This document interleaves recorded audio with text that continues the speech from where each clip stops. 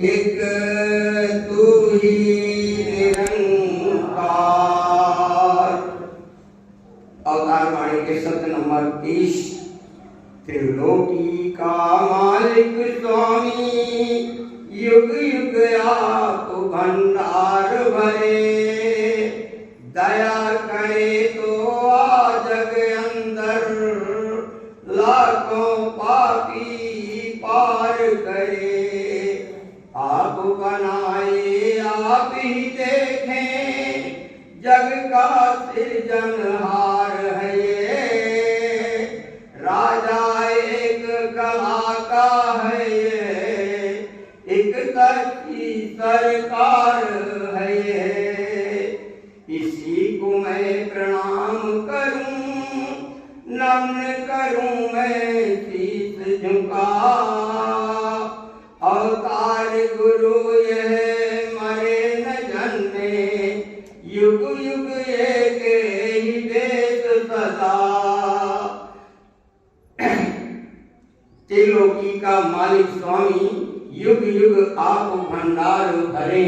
जी शास्त्री जी प्रेम से बोलिए, मिलकर बोलिए। सद्गुरु माता सुदीक्षा सविंदर हरदेव जी महाराज की, निरंकारी राजमाता गुरु वचन अवतारी की। आओ सत्संगत, सद्गुरु सच्चे पातशाह गरीब नवाज वक़्त के मालिक सद्गुरु माता सुदीक्षा जी महाराज की पवन कृपा है, रहमत है, दया है, बख्शिश है। मिल बैठ करके सद्गुण परमात्मा का यह स्थान हो रहा है, इसकी कीर्ति हो रही, इसकी महिमा का जिक्र हो रहा है। सहनसा बाबा अवतार सिंह महाराज कहते हैं कि त्रिलोकी का मालिक है ये परमात्मा है और सतगुरु है। गोस्वामी जी कहते हैं अगुणई सगुणई नहीं कछु भेदा। साकार परमात्मा में, निर्गुण निराकार में कोई भेद नहीं है, लेकिन दोनों के हिसाब किताब अलग अलग है,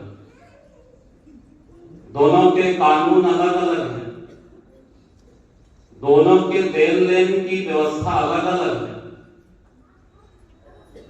इसलिए संत कबीर साहब जी कहते हैं, कबीरा हरि के रूठते गुरु के शरणे जा।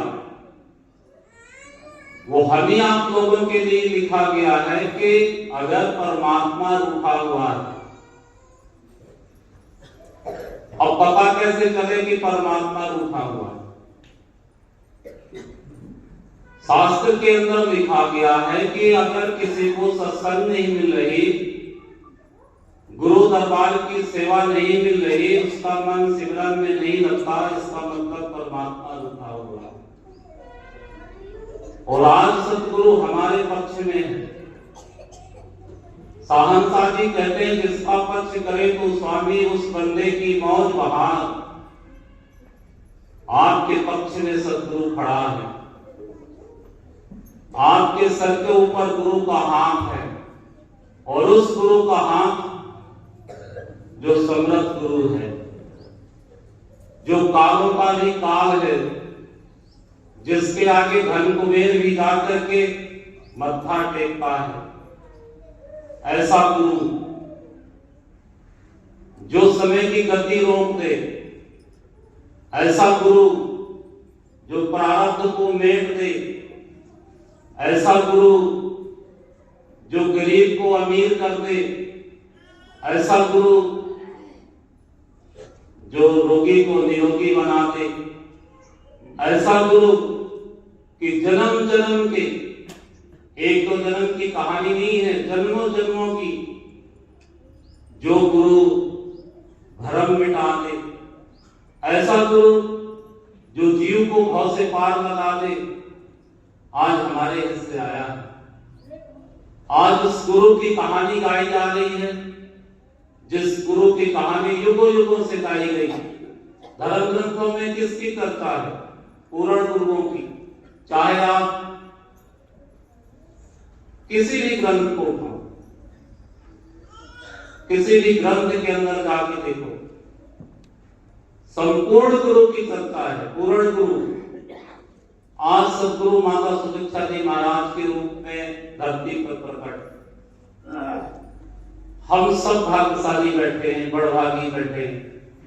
इस संपूर्ण संसार के अंदर इतनी चराचर सृष्टि, कितने इंसान, कितने भाई बहन संसार के अंदर हैं, किसके हिस्से पूरा गुरु आया? हमारे हिस्से आए। कौन भव से पार हुआ? हम भव से पार हुए। किसके कारण? सदगुरु के कारण।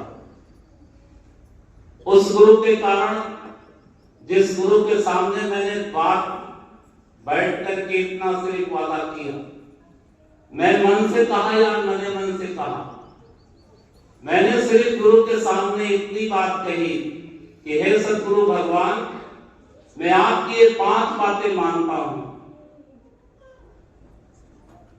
और गुरु ने मेरे ऊपर विश्वास कर लिया। मैंने बैठ करके गुरु के आगे सिर्फ इतनी बात कही कि हे सदगुरु, मैं आपकी 5 बातें मानता हूं। मैं ये वचन देता हूं सदगुरु माता सुदीक्षा जी महाराज आपको कि ये मेरा तन, मेरा मन और जो मेरे साथ जो कुछ भी जुड़ा है, परिवार जुड़ा है, व्यापार जुड़ा है, नौकरी जुड़ी है, कारोबार जुड़ा है, खेती खलिहान जुड़ा है, वो सब मैं आपको समर्पित करता हूं। तन भी दे रहा हूं आपको, मन भी दे रहा हूं आपको, और धन भी आपको दे रहा हूं। वादा किया कि नहीं किया? कोई भाई बहन ऐसा बैठा है जिसने ये गुरु से करार नहीं किया हो? जब मुझे जरूरत पड़ती है तो गुरु प्रकट होता है, हाजिर होता है, उपस्थित होता है। कोई ऐसा भाई बहन है बेटा जिसके ऊपर गुरु के एहसान नहीं है। आज गुरु को जरूरत है मेरी। आज गुरु को मुझे बुलाने का साथ संगति समय आया है। गुरु आवाज लगा रहा है कि समागम हो रहा है। लेने के लिए नहीं बुला रहा, लेने के लिए नहीं बुला रहा। इस भ्रम में भी नहीं रहना कि समागम के लिए सदगुरु ने बुलाया तो कुछ लेने के लिए बुलाया है। गुरु ने अगर बुलाया है तो देने के लिए बुलाया। किसी से कुछ नहीं लेता। सदगुरु दाता रखता नहीं बकाया है। कहे हरदेव उम्मीदों से बढ़कर ही लौटाया है। आप उम्मीद नहीं कर सकते गुरु की कृपा कहां है। आप दिल्ली जाते हो, निजामुद्दीन औलिया जी जिनके नाम से स्टेशन का नाम रखा गया हजरत निजामुद्दीन, उनके यहाँ एक सेवादार सेवा करता था। समय के पीर के, समय के मालिक से, समय के मुर्शद से उनके यहाँ एक सेवादार सेवा करता था। और बरसों बरस उसने सेवा करी, झाड़ू लगाई, दरिया बिछाई, बर्तन मांजे, कपड़े धोए, जूते साफ किए, और गुरु का बिका बंदा था। कीमत उसी की है जो बिक जाता है। जब तक बिकता नहीं, शायर ने लिखा ना, जब तक बिके न थे कोई पूछता न था, तो उन्हें खरीद कर अनमोल कर दिया। साथ संगत समय गुजरा। देने के ऐसे बहुत अनेक तरीके होते हैं। कब किसको कितना देना है ये सब गुरु को पता है। अकला साहनशाली लिखते ना इस किताब के अंदर, अकला सोचा पहुंच न सकण, रंग बहाले गद्दी से। कहते अकल वाला सोच नहीं सकता गुरु की कृपा कहां है कृपा का छोर कहां पर सोच सके ना बुद्धिमान। कर दे कृपा ये तू स्वामी, रंग बना दे तो सोच ही नहीं सकते भाई। हम कितना सोचोगे। सेवा करता था, बरसों बरस सेवा किया। हम भी सेवा करते गुरु की, लेकिन गुरु मौके पर तगा नहीं देता, दुनिया तगा दे जाएगी। ध्यान रखना भाई, पिता तगा दे सकता है, माता तगा दे सकती है, भाई पड़ोसी तगा दे सकता है, सगा रिश्तेदार तगा दे सकता है, लेकिन सदगुरु किसी का तगा नहीं दे सकता, नहीं दे सकता, नहीं दे सकता, नहीं दे सकता। मौका आएगा गुरु खड़ा हो जाएगा, आप छोड़ दो गुरु को, लेकिन अगर गुरु ने आपको एक बार पकड़ लिया है तो फिर गुरु आपको नहीं छोड़ेगा, दरगाह में भी नहीं छोड़ेगा, लोक में तो छोड़ेगा नहीं, पर लोक में भी गुरु नहीं छोड़ेगा। ये गुरु का स्वभाव है, ये गुरु की कमजोरी है, ये गुरु का विरध है, ये गुरु का कानून है, नहीं छोड़ेगा। और सत्संगत वो सेवा करता रहा। हम भी सेवा करते हैं तो कुछ न कुछ इच्छा रखते हैं, लेकिन सदगुरु ने मना किया है कि इच्छा ना रखो। भगवान श्री कृष्ण जी कहते हैं कर्मण्यवाधिकारस्ते मा फलेषु कदाचन, कह रहे हैं इंसान कर्म कर लेकिन फल की इच्छा से ना कर। क्यों मना किया गया? क्योंकि इंसान की बुद्धि सीमित है, इंसान की जरूरत सीमित है, इंसान की सोच सीमित है, और सदगुरु की सोच विशाल है, सदगुरु का दायरा विशाल है, सदगुरु का देने का तरीका विशाल है, इसलिए मना किया गया है। हम चम्मच लिए बैठे हैं, सदगुरु समुद्र देना चाहता है, अगर समुद्र डाल देगा तो चम्मच में आएगा? नहीं आ सकता। इसलिए शहंशाह जी कहते हैं गुरसिख की नहीं कुछ भी इच्छा, कर्म सदा निष्काम करे, कह अवतार सदा वह सुखिया, तीन लोक बिच वास करे। शहंशाह जी कहते गुरसिख की नहीं कुछ भी, लेकिन इच्छा होती है, उसकी भी इच्छा। बरसों बरस सेवा किया, बेटी की शादी का समय आ गया। अब गुरु का जो सेवादार होता है गुरु से ही आसरा करता है। भगवान श्री राम जी भी कहते हैं कि जो मेरा सेवक बना हुआ है, मेरा दास बना हुआ है, और अगर आसरा संसार से लगा के बैठा है कि पिता मदद कर देगा, भाई मदद कर देगा, पड़ोसी मदद कर देगा, तो भगवान राम जी कहते हैं वो मेरा दास नहीं है। ये रामचरितमानस के अंदर कहा गया है कि मेरा दास कहाए और आसरा किसी और से लगाए, तो भगवान राम कहते हैं वो मेरा दास नहीं है। अब उसकी आस किससे थी? गुरु का सेवादार था, तो गुरु से आस थी। शास्त्र में तो समय आया, शादी निश्चित हो गई, तारीख हो गई, कार्ड छप गए, अब वो गुरु महाराज के पास गया, मोहम्मद साहब के पास, औलिया जी, हजरत निजामुद्दीन औलिया गए उनके। कहते हजूर बेटी की शादी है, कहते बधाई हो। कहते हजूर एक हफ्ता बचा है, आप छुट्टी दे दो, मैं बेटी की शादी कर रहा हूं। कहते अभी छुट्टी नहीं है, 2 दिन के बाद छुट्टी होगी। 2 दिन और रुक गया, अब 6 दिन बचे, 6वें दिन फिर गया। कहते हैं हजूर छुट्टी दे दो तो बेटी की शादी कराओ। कह रहे जा तेरी छुट्टी है। अब वो कहता है कि हजूर बेटी की शादी होना है, कुछ जरूरतें हैं।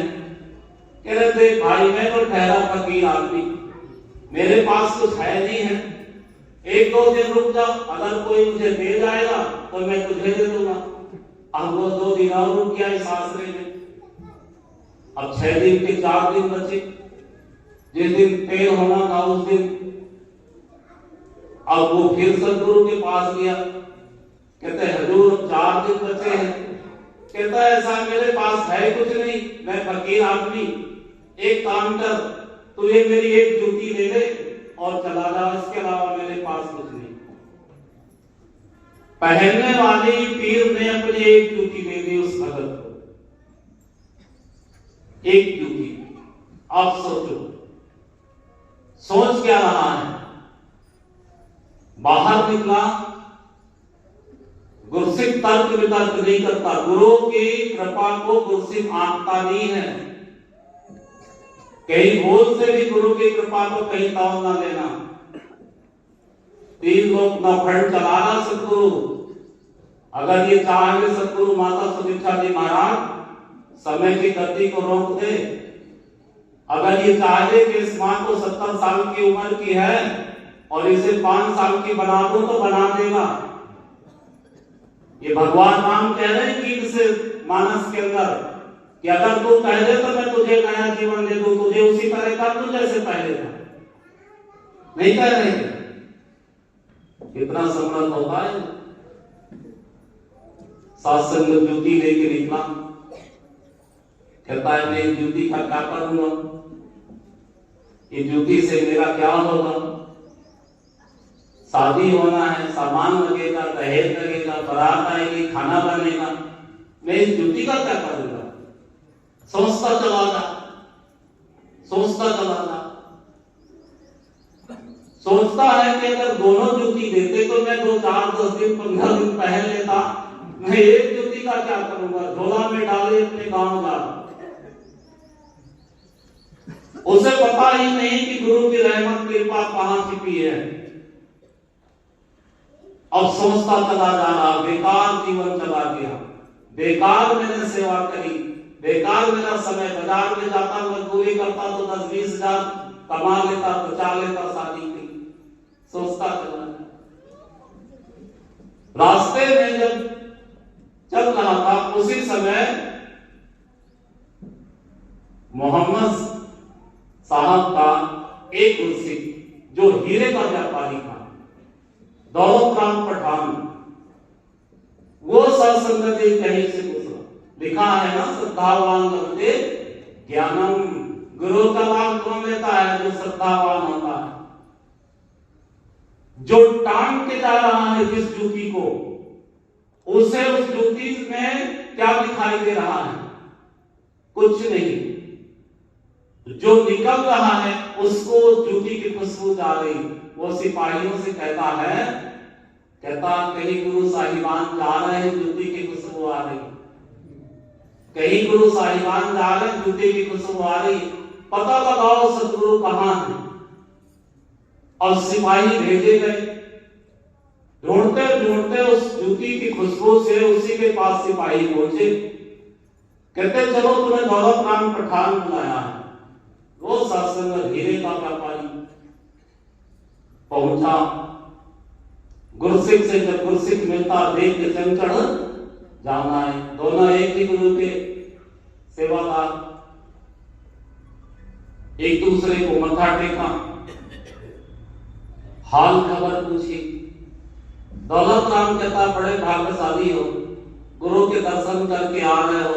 मैं तो 1 साल से गुरु के पास नहीं पहुंच पाया, मैं व्यापार में इतना दूर चला गया व्यापार करते करते कि सालों साल बीत गए, मैंने गुरु के दर्शन नहीं करे। तो भाग्यशाली है गुरु के दर्शन करके। बताओ मैं तेरी क्या मदद कर सकता हूं। क्योंकि गुरसिख जो होता है वो संसार के भले के लिए ही सोचता है। और वो सत्संग कहता है भाई क्या मदद करेगा, मेरी बेटी की शादी है, मैं इतने साल से और यह साहब का मैं सेवादार था, आज बेटी की शादी है, मैंने कहा कि कुछ मदद करो। कहते एक ज्योति दे दी, कहते बड़े नसीब वाले हो, पीर की ज्योति मिल जाए, सतगुरु के चरण पादुकाएं मिल जाए, भगवान राम की चरण पादुकाएं भरत जी लेके गए। कितना सत्संग हजारों बार मस्तक में लगाते हैं कि हे प्रभु तेरे चरणों का प्रसाद है। और सत्संग तो महात्मा कहता है एक काम कर, ये ज्योति सतगुरु की है, ये ज्योति मुझे दे दे। उसने कह दिया कि ये मेरे काम की नहीं है, उसने कहा मुझे दे दे। कहता है भाई तू दे दे, मेरे मतलब की नहीं है, तेरे मतलब की है, तू दे जा। कहता है मैं ज्योति की कीमत तो नहीं दे सकता, क्योंकि पीर की ज्योति है भाई, सतगुरु की जूते हैं, मैं इसकी कीमत तो नहीं दे सकता। लेकिन मेरे पास 28 ऊंट हैं, रोड में मेरा राशन लगा करके अभी मुझे बहुत लंबा सफर करना है। 26 ऊंट में मेरे हीरे मोती जवाहरात हैं, ये 26 ऊंट तो ले जा, ये ज्योति मुझे दे दे, 2 ऊँट मेरे छोड़ दे। साथ संगत वो जो महात्मा था, जिसे लग रहा था कि इस जूती में कुछ नहीं है, वो 26 ऊँट खजाना लिया और अपने गांव चला गया। वो दौलत राम पठार को पहुंचा, हजरत निजामुद्दीन औलिया के पास मत्था टेका। अब उन्होंने देखा कि ये मैंने जूती तो उसको दी थी, ये जूती इसके पास कैसे आ गई, लेकिन सतगुरु अंतर्यामी कहते दौलत राम सभा कर लिया, हाथ जोड़ के कहते सच्चे पातशाह इस जूती की कोई कीमत नहीं है, सारे संसार के लिए अगर दौलत इस जूती के बदले दी जाए तो भी इस जूती की कीमत नहीं अदा की जा सकती। औलिया साहब कहते हैं कि दौलत राम बड़ा सस्ता सौदा कर दिया, 26 ऊँट में जूती ले ली। मैंने जाने इस जूती के बदले उसको क्या देता कुर्सी को, लेकिन वो भी चलो उतने में ही संतोष किया उसने। शास्त्र सतगुरु जब धरती में आता है तो सतगुरु दुनिया को खुशहाल करने आता है, और सबसे पहले तो कुर्सी को ही खुशहाल करता है। अभी समागम सेवाओं की बात हो रही है, गुरु अर्जन देव जी महाराज के जमाने में समागम हो रहा था। आज तो WhatsApp message, Facebook, Instagram, mail ID, 1 second लगता है, यहां से मैसेज करो पूरे वर्ल्ड में 5-10 मिनट के अंदर आ जाता है। उस समय साधु हड़ताल करते थे डाकिया। वो साधु जिन्होंने चिट्ठी लिखी, उसका नाम था रामू। कहते हे मेरे प्यारे भगत रामू, मैं जिससे भेज रहा हूं उससे समागम की 500 रुपए की सेवा भेजना। समागम की सेवा, अभी समागम की सेवा की बात हो रही, या खुदा के समागम की सेवा कर, चिट्ठी देती थे और जाके। साहनशाह जी कहते जिसकी वस्तु उसकी समझो, किसे नहीं तकरार है। कितने साधु जी भाई बहन बैठे, गुरु साधु बीज कराता है, मन से करो अनमने उनसे करो, लेकिन करना पड़ेगा। भगवान कृष्ण को पता था कि सुदामा ऐसे नहीं चावल देगा, तो क्या करा, जबरदस्ती दे दी। क्यों? कलंक लग जाएगा, मेरे पास आया हुआ है, तो इसकी गरीबी नहीं दूर हुई। गुरु का स्वभाव है पहले देता है फिर देता है, धरती का स्वभाव है पहले देगी फिर देगी। सतगुरु का भी स्वभाव है पहले देता है फिर देता है। 10 रुपया देगा तो 10,000 दे देगा, लाखों दे देगा, करोड़ों दे देगा, कोई हिसाब किताब नहीं है। उन्हें चिट्ठी लिखी गुरु अर्जन देव जी महाराज ने, 500 की समागम सेवा खुद करना या महात्मा से भेज देना। और चिट्ठी लेकर पहुंच गया, छोटी सी दुकान, 10-20 पैसे कमाने वाला रोज का, और उसमें कितना लिखा था 500, उसके लिए तो 5 लाख के बराबर। अब पहुंच गया कुर्सी के लिए, कुर्सी को मत्था टेका, चाय पानी लेके कहने महाराज कैसे आना होगा, कहने गुरु अर्जन देव जी ने भेजा है। तो वो तो शास्त्र जी नाचने लगा, अरे जिसको गुरु भेजे, जिसे गुरु याद करे, जिसे गुरु पुकारे, हैं? अगर घर का बाप किसी बेटे को आवाज लगाता है तो बेटा खुश होता है, अरे पापा बोल रहे, भाई पापा याद कर रहे। अरे दुनिया का पापा जिसे याद करे खुश नहीं होगा। सृष्टि का मालिक बुला रहा है, आओ समागम हो रहा है, आ जाओ। और वो साथ संगत कहने गुरु ने चिट्ठी भेजी है तो और खुश हो गया। कहने भाई जल्दी खोल, क्या लिखा इसके अंदर? कहने एक शर्त है। क्या? कहने गुरु ने कहा पहले 100 रुपए लेना फिर चिट्ठी देना। एक तो 700 करेला, दूसरा नीम चढ़ा, एक तो पहले से 500 लिखा अंदर, ऊपर से एक कंडीशन लगा दी कि पहले 100 रुपए लेना फिर चिट्ठी देना। अब सत्संग जी, जिसके अंदर श्रद्धा होती गुरु की, जिसके अंदर गुरु के प्रति विश्वास होता है, जिसे गुरु पर ईमान होता है, जिसे गुरु पर यकीन होता है, वो सत्संग जी गुरु की सेवा करता है। क्योंकि साहनशाह जी कह रहे गुरु की सेवा वह कर सकता जिससे स्वयं राय है, अवतार हरि गुण वह ही गाए जिससे स्वयं गवाए। जिसके पास जाए कहते गुरु की चिट्ठी आई है 100 रुपया उधार दे दो, कोई पैसा देने के लिए तैयार नहीं था। ये आज की रीत नहीं है, युगों की रीत है। जिसके पास होता है उसको लोग पहले से पूछते, भाई साहब बताना कोई मदद हो। जिसके पास नहीं होता वो आता भी है, भाई साहब मदद का तो भी कहते नहीं, बच्चे की फीस जमा कर दिया, कल आप आते तो मैं कल आपको दे देता। पैसे रखे घर पे, लेकिन उसे पता है लौटा नहीं सकता, दे नहीं सकता, टाइम से नहीं दे सकता, तो नहीं देते। उसको भी किसी ने दिया नहीं 100 रुपया, उन्हें सोचा गुरु की चिट्ठी आई, जाने क्या लिखा हो। दौड़ा दौड़ा गया, जिस मकान के अंदर रहता था, ये गुरुवाड़ी में कथा लिखी हुई है, जिस मकान के अंदर रहता था उस मकान को 100 रुपया में गिरवी रखा, दान रखा और 100 रुपए लेके गुरु की चिट्ठी ली। चिट्ठी खोला, उसके अंदर लिखा था, मेरे प्यारे रामू 500 की समागम की सेवा खुद लेके आना या भेजे गए महात्मा से भेज देना। नाचने लगा कि चलो गुरु ने यार इतने बड़े समागम में मेरी भी तो हाजिरी गुरु ने लगाई, मेरे भी तो गुरु ने बीज लगाए, मेरे बारे में तो गुरु ने सोचा। वो साध संगत मायूस नहीं हुआ, वो दुखी नहीं हुआ, उसके चेहरे में साध संगत की शिकन नहीं आई, चेहरे में रौनकता आ गई कि चलो मेरा भी सदगुरु ने सौभाग्य समझा मेरा कि मेरा भी बीज पड़े। पता नहीं गुरु ने मेरे बारे में क्या सोचा होगा, क्या गुरु को देना होगा, कौन सा मेरा प्रारब्ध काटना होगा, कौन सी बिगड़ी बनानी होगी। सदगुरु तो सृष्टि का मालिक। अब साध संगत जी सोचने लगा 500 की कैसे व्यवस्था, अभी तो 100 की नहीं हुई, मकान गहन करके 100 रुपया दिया चिट्ठी गुरु की ली, अब 500 की कहां से व्यवस्था हो। सोचने लगा, विचारने लगा, हफ्ता 10 दिन गुजरा। एक रिश्तेदार के यहाँ साध संगत निमंत्रण आया, निमंत्रण में क्या करें, चलो देखता हूं कोई रिश्तेदार अगर मिल जाएगा उससे ले लूं।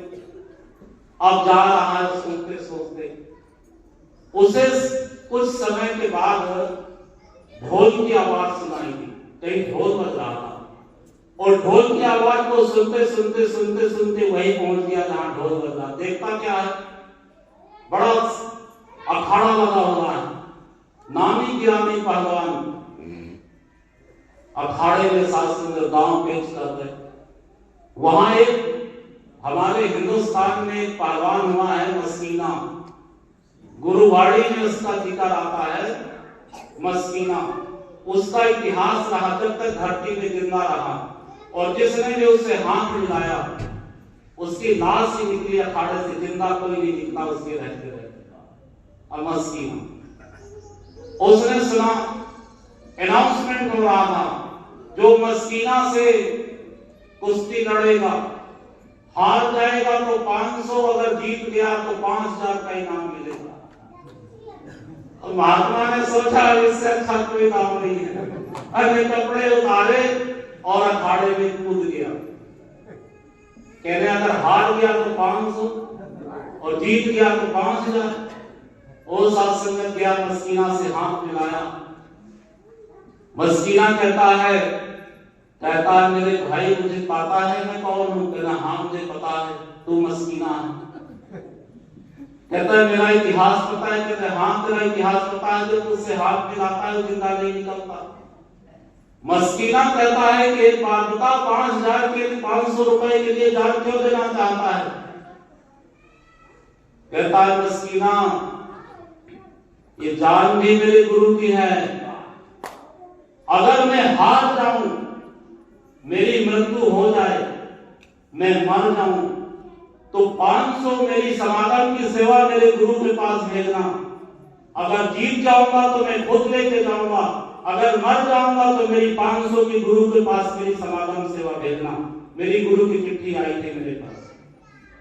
मस्कीना कहता है 500 में जान देना चाहता है। कहता है जान भी मेरी गुरु की है, मैंने प्रतिज्ञा की है, मैंने गुरु को वादा किया है, मैंने गुरु से कसम खाई है कि तन मन धन तेरा। ये मेरे प्राण मेरे नहीं है, ये मेरे सदगुरु की अमानत है। ये तन भी मेरे गुरु का है, धन भी मेरे गुरु का है। आज मेरी सामर्थ्य नहीं है, लेकिन मेरे तन के अंदर सामर्थ्य है कि मैं जान देकर के भी गुरु की सेवा कर सकता हूँ। मस्कीना कहता है कि जिस गुरु के लिए तू जान देने के लिए तैयार है वो कोई साधारण गुरु नहीं है। ऐसे गुरु को मैं भी दर्शन करना चाहता हूं। सवा लाख से एक लड़ाऊं, चिड़ियन से मैं बाज उड़ाऊं, तब गुरु गोविंद सिंह नाम का। अब साथ संगत जी, जिसका पक्ष करे तो स्वामी उस बंदे की मौत बहार। जिसके पक्ष में गुरु होता है उसकी मौत बहार होती है। जिस मस्कीना से हाथ मिलाने में लाशें निकलती थी, वही मस्कीना अपने हारने की युक्ति बता रहा। कहता भाई मैं तुझे दांव बता रहा हूं, तो ये दांव लगाना, मैं हार जाऊंगा, तू जीत जाएगा। 500 रुपए का तुझे इनाम मिलेगा, 5000 का तुझे इनाम मिलेगा। हम दोनों सतगुरु के दर्शन करने चलेंगे। प्यार से हम दोनों उस गुरु के दर्शन करेंगे जिस गुरु के लिए तू जान देने के लिए तैयार रहना। वो कोई साधारण गुरु नहीं है। सात संगत मस्कीना को उसने दाम लगाया, लिखा है ना, चीटी से हाथी मरवा दे, लिखा है ना, चीटी से हाथी मरवा दे। छोटा सा एक गुरु से एक महात्मा, एक भगत, इसने गुरु के दिल में राज कर रहा था। वो महात्मा मस्कीना जैसे पहलवान को लाखों के आगे सामने उसने सात संगत चित कर दिया। मस्कीना की छाती में बैठ गया, तालियां बजी और सात संगत जी 5500 रुपए का इनाम दिया और दोनों गुरु अर्जन देव जी महाराज के दर्शन के लिए चल पड़े। गुरु अर्जन देव जी महाराज पर्दे के अंदर बैठे, पता चल गया कि दुनिया का इतना नामी गिरामी पहलवान मस्कीना आ रहा है मेरे पास। दोनों साथ संगत गए, पर्दे के अंदर गुरु साहिबान बैठे, आवाज आ गई है, मस्कीना जहां बसेगा सुखी बसेगा। ये साथ संगत गारंटी देती, मस्कीना तू जहां बसेगा सुखी बसेगा। मैं तेरी नहीं, तेरी 7 पुस्तकों की गवाही देता हूं कि तेरी 7 पुस्तकें जन्नत में वास करेगी। तूने गुरसिक का साथ दिया है, तूने गुरु का काम किया है, तूने गुरु की मदद की है। मैं तेरे 7 पुस्तकों की गवाही देता हूं कि तेरी 7 पुस्तकें जन्नत में वास करेगी। इतिहास में गवाह है कि गुरसिक की 7 पुस्तकें पीछे की और 7 पुस्तकें आगे की, वो सब साथ संगत जी वैकुंठ वास करती, सब मुक्ति को पा जाती हैं अगर ये ब्रह्म ज्ञान उसके जीवन के अंदर बसा। आज ऐसा सदगुरु आ रहा है, सदगुरु माता सुदीक्षा जी महाराज के। आज चिट्ठी आई है भाई, 1000, 2000, 4000 हम गुरु की सेवा नहीं कर सकते। ये धन जो जेबों में हमारे भरा पड़ा है, किसका है? किसका है? गुरु का। गुरु का। और गुरु का गुरु को अपना शासन देने में तो कोई दर्द हो, कोई हिचक हो, कोई संकोच हो, लेकिन समझना पड़ेगा। साहनशाली तरीके में जिसकी वस्तु उसकी समझो, और समझने में मास्टर साहब जीवन बीत जाता है, समझ नहीं आती। सात संगत हम समझने आते, संगत के अंदर हमें ये राज समझ में आ जाए, ये तन भी गुरु का, धन भी गुरु का और मन भी गुरु का। और जिस दिन गुरु सिख मान लेता है कि ये तन मन धन गुरु का है, उस दिन सात संगत गुरु को न्यौछावर हो जाता है, उस दिन गुरु को समर्पित हो जाता है। उस दिन गुरु के आगे हाथ जोड़ के कह उठता है तो दिए वस्तु गोविंद, हे सतगुरु ये आपका है, मेरा कुछ नहीं है, जो कुछ है सो तेरा, तेरा तुझको सौंपते क्या लागे मेरा। वो सत्संग की फर्जी नहीं कहता, फिर उसके दिल में सत्संग तो जगह होती गुरु की। अभी आवाज आ रही थी सनातन की सेवा की, दास ने तो वो नहीं देखे महात्माओं के जज्बे, वो भी महात्माओं के सत्संग जी मैंने अपने आंखों से देखा। मसूरी के भवन का उद्घाटन होना था 29 सितंबर 2019 को, दास भवन समागम मसूरी में बैठा रेस्टोरेंट में। वहां के परम आदरणीय जोनल इंचार्ज रजन सिंह जी स्टेज की सेवा थी।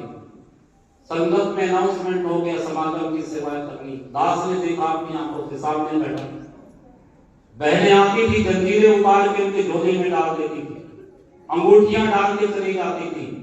20 महात्मा आए थे बुक लेके, महाराज भर दो, लिख दो, 5 लाख 10 लाख 20 लाख 50 लाख करोड़ 2 करोड़ लिखना है। सत्संग कौन चेक बुक देगा? दास ने देखा कुछ एक परिवार बैठे समागम सेवा लेने जाते, वो सत्संग जी वो चेक बुक ही रख देते, लिख दो महाराज, कहना भी नहीं पड़ता कितने लिखे, तेरे जो इच्छा करो, बैठे ही नहीं बैठे सामने। ऐसे भी गुरसिख है गुरु धर्म में, माना है उन्होंने धर्म गुरु का है, माना है कि धर्म गुरु का है, कहते बस नहीं है, बस साथ संगत मानने की बात है। जिस दिन मान लेंगे सब काम गुरु ने पूरे कर, और मिलजुल करके इस मालिक की आगे अरदास करें। अभी भी साथ संगत बाहर महात्मा रसीद लेके बैठे, दास ये प्रार्थना करता है कि सब ने बीज डालना है, कोई जरूरी नहीं किसी के 2-4 हजार 5,000। अभी तो परसों बच्चे गए हमीरपुर के, हमारे के गुप्ता जी वहां संयोजक महात्मा, उन्होंने तो संगत में खड़े होकर अनाउंसमेंट कर दिया कि समागम में सेवा के लिए जिसके पास आज की रविवार की कितनी माया हो जेब में 10, 20, 50, 100, 500, 1000, 2000, वो सारी जेब खाली करके घर पर, और सब संगत ने मानी उनकी बात। गुरु का साथ संगत समागम होगा, मेरे घर का समागम होगा, मेरे सदगुरु का समागम होगा, सामर्थ्य के अनुसार बीज डालना है, लेकिन बीज जरूर डालना है। कोई ऐसा महात्मा, कोई ऐसा भाई बहन ना हो जो साथ संगत बीज ना डाले।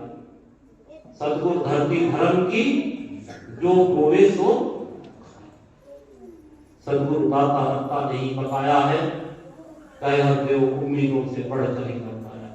और दास ने देखा अपने जीवन के अंदर कि है तो कुछ नहीं है, लेकिन जब मौके आते, जब सत्संग जरूरत पड़ती है, गुरु प्रकट होता है। रूप कोई भी हो, ढंग कोई भी हो, देने का तरीका कोई भी हो, ये सत्संगत ही खजाने लेके खड़ा हो जाता है, बोलने की जरूरत। ऐसा है सत्संग। और मालिक के आगे अरदास करें, प्रार्थना करें।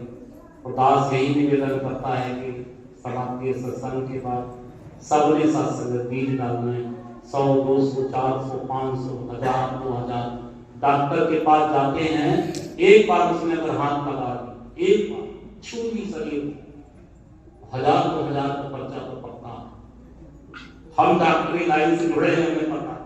एक बार उसने यहाँ आला लगा दी और एक बार बोल दिया कि हार्ट की जो पल्स है ना, वो बड़ी धीमी चल रही है, पहले बड़ी तेज चल रही है, पता चला 50,000 का तैयारी हो गई।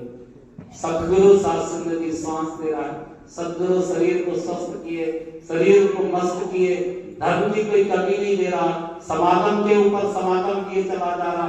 अभी परसों ही सतगुरु माता जी का जन्मदिन था, मालिक ने आने वाले समागम की तारीखें अनाउंसमेंट कर दी। 23, 24, 25, 26, 27 और 28 तारीख को मास पहली साप्ताहिक शादियां अक्टूबर में। सत्संग कितना दयालु है, कृपालु है, बख्शनहार है। सत्संग गुरु के एहसान गाए नहीं जा सकते, उम्र गुजर जाए 30 मिनट 40 मिनट कुछ नहीं होता, जन्म जन्म सत्संग की नहीं सी नहीं माता जी का प्रधान हो सकता। तो आओ अंत में सदगुरु माता सुरक्षा जी महाराज के निरंकारी राग के डाली के चरणों में यही अरदास, यही प्रार्थना है कि दाता दया करना, हर किसी के मन में श्रद्धा विश्वास यकीन बना रहे कि आप समर्थ हो, सदगुरु मालिक हो, कृपा निधान सबका तन मन धन का बीज पड़े। आप दुनिया को खुशी करने आए हो, हम सत्संग की खुशहाली दे पाए। गरीब मेहमान कृपा निधान, कृपा करना, दया करना, बख्शिश करना, 3 लोक के मालिक यही चरणों में यही प्रार्थना है। सर्वे भगवन्ति सुखिनः, सर्वे सन्तु निरामयाः, सर्वे भद्राणि पश्यन्ति मां कश्चित् दुःखभाग् भवेत्। सबका भला करो भगवान, सबका सद्बुद्धि हो। प्यार से कहिए दास विनती करते कि अगले रविवार को यहाँ पर सत्संग नहीं होगा, वो समागम में ही सत्संग होगा। तो जो महापुरुष पहुँच सके जरूर कानपुर पहुँच करके सत्संग का लाभ लें। प्यार से कहना